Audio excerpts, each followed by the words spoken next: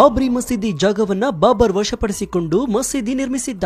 ಆದ್ರೆ 500 ವರ್ಷಗಳ ಬಳಿಕ ಹೋರಾಟಕ್ಕೆ ಜಯ ಸಿಕ್ಕು ಇದೀಗ ಭವ್ಯ ರಾಮ ಮಂದಿರ ನಿರ್ಮಾಣ ಮಾಡಲಾಗಿದೆ. ಅದರಂತೆ ಭಾರತದ ಅನೇಕ ಹಿಂದೂ ದೇಗುಲಗಳನ್ನ ಮುಸಲ್ಮಾನ್ ದೊರೆಗಳು ವಶಪಡಿಸಿಕೊಂಡು ಅಲ್ಲಿ ಮಸೀದಿ ಮಹಲ್ಗಳನ್ನ ನಿರ್ಮಿಸಿದ್ದಾರೆ. ಇದೀಗ ತಾಜ್ ಮಹಲ್ ಕೆಳಗೆ ಶಿವಲಿಂಗವಿದೆ ಅನ್ನೋ ಸ್ಫೋಟಕ ಮಾಹಿತಿ ಹೊರಬಿದ್ದಿದೆ. ತಾಜ್ ಮಹಲ್ ಜಗತ್ತಿನ 7 ಅದ್ಭುತಗಳಲ್ಲಿ ಒಂದು, ಪ್ರೀತಿಯ ಸಂಕೇತ ಕೂಡ ಹೌದು. ಆದ್ರೆ ಇದೇ ತಾಜ್ ಮಹಲ್ ಬಗ್ಗೆ ಇದೀಗ ವಿವಾದ ಎದ್ದಿದೆ. ಜಗತ್ತಿನ 7 ಅದ್ಭುತಗಳಲ್ಲಿ ಒಂದಾಗಿದ್ದ ತಾಜ್ ಮಹಲ್ ನಲ್ಲಿ ಬೀಗ ಹಾಕಿ ಮುಚ್ಚಲಾಗಿರುವ 22 ಕೋಣೆಗಳಿವೆ. ಬಾಗಿಲು ಹಾಕಿ ಮುಚ್ಚಿರುವ ಈ ಕೋಣೆಗಳ ಬೀಗ ತೆರೆಯಬೇಕು. ಆ ಕೋಣೆಯಲ್ಲಿ ಹಿಂದೂ ವಿಗ್ರಹ ಮತ್ತು ಧರ್ಮ ಗ್ರಂಥಗಳನ್ನ ಬಚ್ಚಿಡಲಾಗಿದೆ ಎಂಬ ಬಗ್ಗೆ ಪರಿಶೀಲನೆ ನಡೆಸಬೇಕು ಅಂತ ಉತ್ತರ ಪ್ರದೇಶದ ಅಲಹಾಬಾದ್ ಹೈಕೋರ್ಟ್ ನ ಲಕ್ನೋ ಪೀಠಕ್ಕೆ ಅರ್ಜಿಯೊಂದು ಸಲ್ಲಿಕೆಯಾಗಿತ್ತು. ಅಲ್ಲದೆ ತಾಜ್ ಮಹಲ್ ಬಗ್ಗೆ ಈ ವಿವಾದ ಇಂದು ನಿನ್ನೆಯದ್ದಲ್ಲ, ಅದಕ್ಕೆ ಶತಮಾನಗಳ ಇತಿಹಾಸವಿದೆ. ಕಟ್ಟಿರುವ ಸ್ಮಾರಕದಲ್ಲಿ ಮೊದಲು ಶಿವನ ದೇವಾಲಯ ಇತ್ತು ಅನ್ನೋ ವಾದ ಕೂಡ ಇದೆ. ಹಾಗಾದ್ರೆ ಏನಿದು ತಾಜ್ ಮಹಲ್ ವಿವಾದ? ತೇಜೋ ಮಹಾಲಯದ ಮೇಲೆ ತಾಜ್ ಮಹಲ್ ಅನ್ನ ಕಟ್ಟಿದ್ದು ನಿಜಾನಾ? ಅದಕ್ಕೆ ಸಾಕ್ಷಿ ಇದೆಯಾ? ತಾಜ್ ಮಹಲ್ ಒಳಗೆ ಇರುವ ಆ 22 ಕೋಣೆಗಳನ್ನ ಯಾಕೆ ತೆರೆಯಲು ಬಿಡ್ತಾ ಇಲ್ಲ ಅನ್ನೋದರ ಎಲ್ಲಾ ಇಂಚಿಂಚು ಮಾಹಿತಿಯನ್ನ ಇವತ್ತಿನ ಈ ವಿಡಿಯೋದಲ್ಲಿ ನೋಡೋಣ. ವಿಡಿಯೋ ತುಂಬಾ ಇಂಟ್ರೆಸ್ಟಿಂಗ್ ಆಗಿರುತ್ತೆ, ಪೂರ್ತಿಯಾಗಿ ನೋಡಿ. ಈ ಮಾಹಿತಿಗಳನ್ನೆಲ್ಲ ತುಂಬಾ ಕಷ್ಟಪಟ್ಟು ನಿಮಗೆ ತಿಳಿಸೋದಕ್ಕೆ ಒಂದು ಪ್ರಯತ್ನವನ್ನ ಮಾಡಿದ್ದೀನಿ.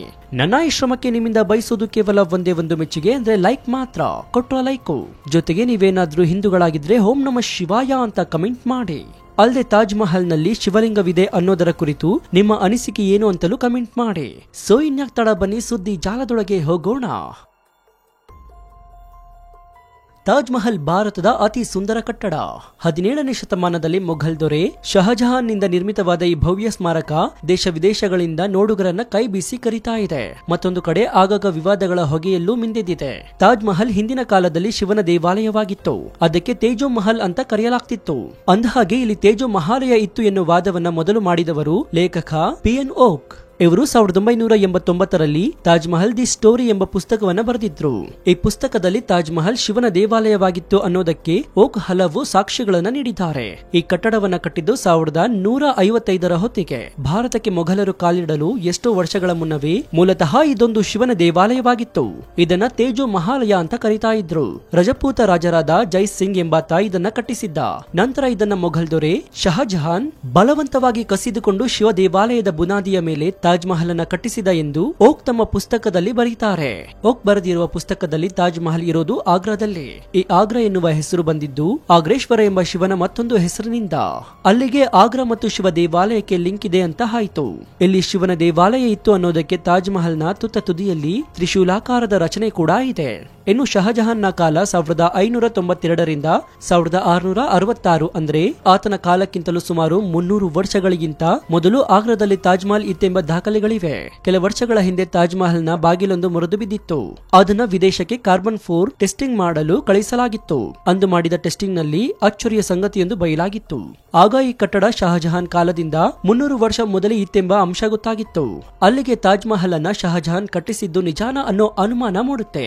ಶಹಜಹಾನ್ ಹುಟ್ಟೋದಕ್ಕೂ ಮುನ್ನವೇ ಅಲ್ಲಿ ಕಟ್ಟಡ ಇತ್ತು ಅಂದ್ರೆ ಇದನ್ನ ಶಹಜಹಾನ್ ಕಟ್ಟಿಸಿದ್ದು ಹೇಗೆ ಅಂತ ಹೇಳೋದು.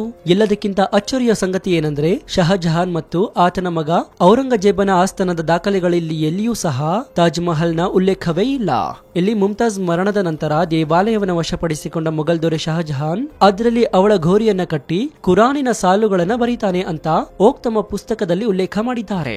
ಅಷ್ಟೇ ಅಲ್ಲದೆ ತಾಜ್ ಮಹಲ್ ತೇಜೋ ಮಹಾಲಯ ಅನ್ನೋದಕ್ಕೆ ಚಿತ್ರ ಸಹಿತ ಸಾಕ್ಷಿಗಳನ್ನ ತಮ್ಮ ಪುಸ್ತಕದಲ್ಲಿ ದಾಖಲಿಸಿದ್ದಾರೆ. ಅಮೃತ ಶಿಲೆಯ ಮೇಲೆ ಗಣೇಶನ ಮುಖ ಕೆತ್ತನೆ, ಹಿಂದೂಗಳಿಗೆ ಪವಿತ್ರವಾದ ಕಳಶದ ಕುಸೂರಿಗಳು, ತಾವರಿಯ ಚಿತ್ರ, ಹೇಗೆ ಎಲ್ಲವೂ ಕೂಡ ಈ ಪುಸ್ತಕದಲ್ಲಿದೆ. ಈ ಚಿತ್ರಗಳು ತಾಜ್ ಮಹಲ್ ಶಿವನ ದೇವಾಲಯವಾಗಿತ್ತು ಅನ್ನೋದಕ್ಕೆ ಮತ್ತಷ್ಟು ಬಲವನ್ನ ನೀಡ್ತಾ ಇವೆ. ಇನ್ನು ದೇವಾಲಯಗಳನ್ನ ಕಟ್ಟುವಾಗ ಬಹುತೇಕ ನದಿ ತೀರದಲ್ಲಿ ಕಟ್ತಾರೆ. ಭಾರತದಲ್ಲಿರುವ ಬಹುತೇಕ ಶಿವನ ದೇವಾಲಯಗಳು ಇರುವುದು ನದಿಯ ತಟದಲ್ಲೇ. ಈಗ ಇರುವ ತಾಜ್ ಮಹಲ್ ಸಹ ಯಮುನಾ ನದಿ ತಟದಲ್ಲಿದೆ. ತಾಜ್ ಮಹಲ್ ಪಕ್ಕದಲ್ಲೇ ದೊಡ್ಡದಾದ ಬಾವಿಯೊಂದಿದೆ. ದೇವಾಲಯಗಳಲ್ಲಿ ಬಾವಿ ಇರೋದು ಸಾಮಾನ್ಯ, ಆದ್ರೆ ಘೋರಿಯ ಕಟ್ಟಡದಲ್ಲಿ ಬಾವಿ ಯಾಕಿದೆ ಅನ್ನೋದು ದೊಡ್ಡ ಪ್ರಶ್ನೆಯಾಗಿದೆ. ಇನ್ನು ಪ್ರಾಚೀನ ಭಾರತದಲ್ಲಿ ವೇದವ್ಯಾಸಕ್ಕೆ ಹೇಳಿ ಮಾಡಿಸಿದ ಕೇಂದ್ರವಾಗಿತ್ತಂತೆ. ಆಗ್ರಾ ಶಿವನ ಆರಾಧನೆಯ ಕೇಂದ್ರವೂ ಆಗಿತ್ತಂತೆ. ಇದೇ ಕಾರಣಕ್ಕೆ ತಾಜ್ ಮಹಲ್ ರಚನೆ ವೈದಿಕ ಶಾಲೆಯಂತಿದೆ. ಸುತ್ತಲೂ ಪಡಸಾಲೆಯ ರಚನೆ ಕೂಡ ಇದೆ. 3 ಗುಂಬಸ್ಗಳು ಇದೆ. ಇದೆಲ್ಲವೂ ಅಲ್ಲಿ ಶಿವ ದೇವಾಲಯ ಇತ್ತು ಅನ್ನೋದನ್ನ ಸಾರಿ ಸಾರಿ ಹೇಳ್ತಾ ಇವೆ.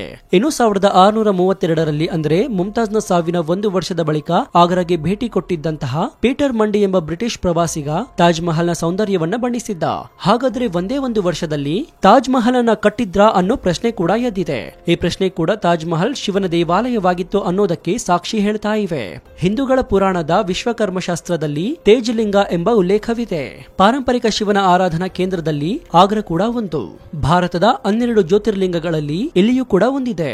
ಇಲ್ಲಿ ನಾಗರ ಕೆತ್ತನೆ ಕೂಡ ಕಂಡು ಬಂದಿದ್ದು ಇದು ನಾಗನಾಥೇಶ್ವರ ದೇಗುಲವಾಗಿತ್ತು ಅನ್ನೋದು ಆ ವಾಸ್ತುಶಾಸ್ತ್ರದಲ್ಲಿ ದಾಖಲಾಗಿದೆ.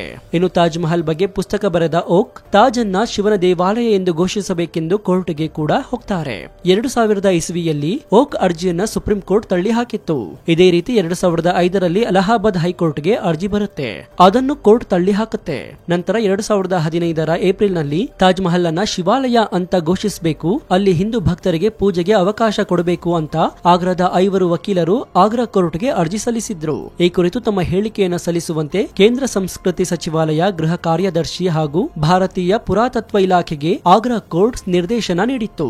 ಆದ್ರೆ ತಾಜ್ ಮಹಲ್ನ ಮಾಲೀಕತ್ವದ ದಾವೆ 2005ರಿಂದಲೇ ಕೋರ್ಟ್ನಲ್ಲಿ ಇರೋದ್ರಿಂದ ಈ ಕುರಿತು ನಿರ್ಧಾರ ತೆಗೆದುಕೊಳ್ಳಲು ಕೋರ್ಟ್ಗೆ ಯಾವುದೇ ಅಧಿಕಾರವಿಲ್ಲವೆಂದು ಇಎಸ್ಐ ಹೇಳಿತ್ತು.